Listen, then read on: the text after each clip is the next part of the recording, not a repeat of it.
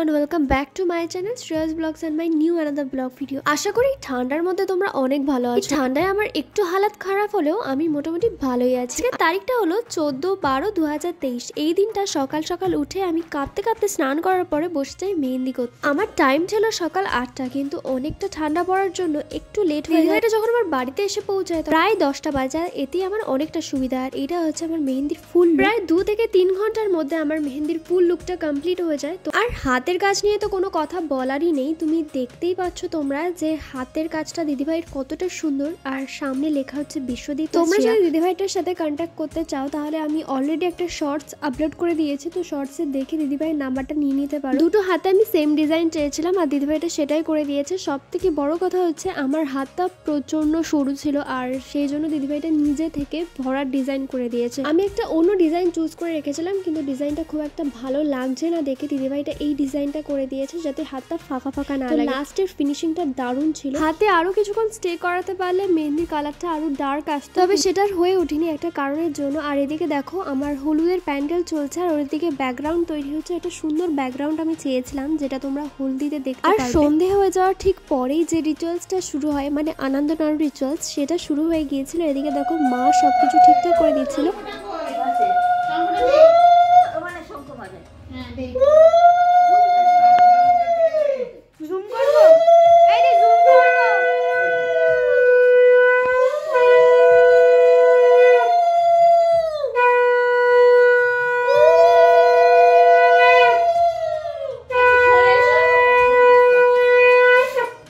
Simple আর সুন্দর একটা rituals হচ্ছে এই আনন্দ নাড়ু বানানো। কিছুই না, শুধু যেদিনকে বিয়ে তার আগের দিন রাত্রিবেলা তিলটা আগে সুন্দর করে মেখে নিয়ে সেটা গোল গোল করে নাড়ুর মতো পাকাতে হবে আর রেখে দিতে হবে। তারপরে সেটা সুন্দর করে ভাজতে হবে যতক্ষণ না সেটা না ফেটে যায়।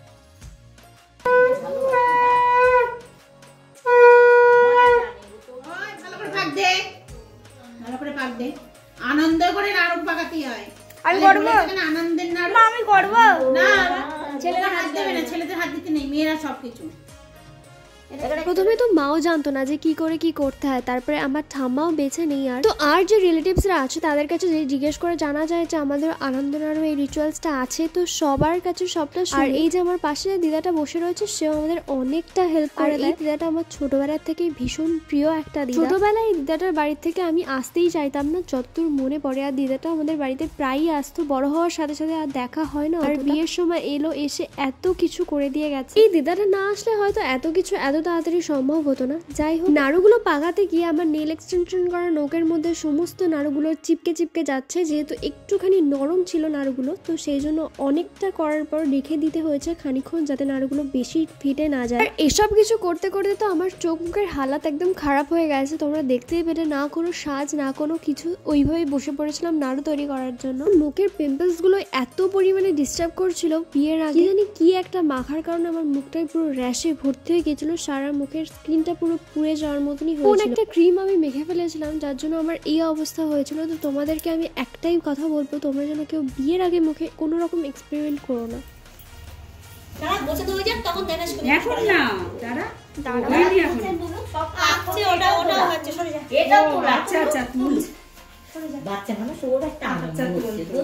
আমার দিদির ইউটিউব চ্যানেল আছে না, আমার কাজ জানি তাই। দিদির বিয়ে কত সে তো বলো, ওদের তুলছে, তুই আনন্দ করবে না, কে করবে বলো দিদি? গান চালিয়েছি না এতক্ষণ। আপনি কে হন? মানে কি বল, আমাদের দিদা হয়। ভালো দিদা, বেশ ভালো কথা বলে, দিদা ভীষণ ভালো। তাই তো দেখছি। পাশে কিন্তু চন্দনেরও পুতুলি আঁকতে হয়।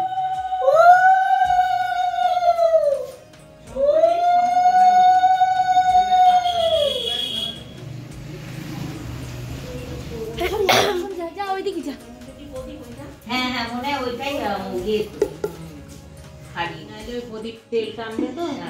আমি তো হচ্ছে এখান থেকে ভেতরে জল এখন দেখা যায় না, পরে ওটা এরকম দিদি এমনি বলতে শুনিয়েতে হাতে হাতের কাছে তোমার ওকে থাকো তো নেই হচ্ছে করতে নোর বাবা তো বললেন যে কোন বাড়ি যান আর সে আতা না জানি ভিতরে দেখেন কোথায় দিশা বলছে তো দিশা জানি না ওই মশলা তুমি এটা কাটা কাজ করো একটা পাত্রে একটু জল দাও, তার মধ্যে প্রদীপটা ভিজিয়ে রেখে দিই। জল ফল না থাকলে খুব সমস্যা। ওর কাছে সব কটা ক্লিপ থাক।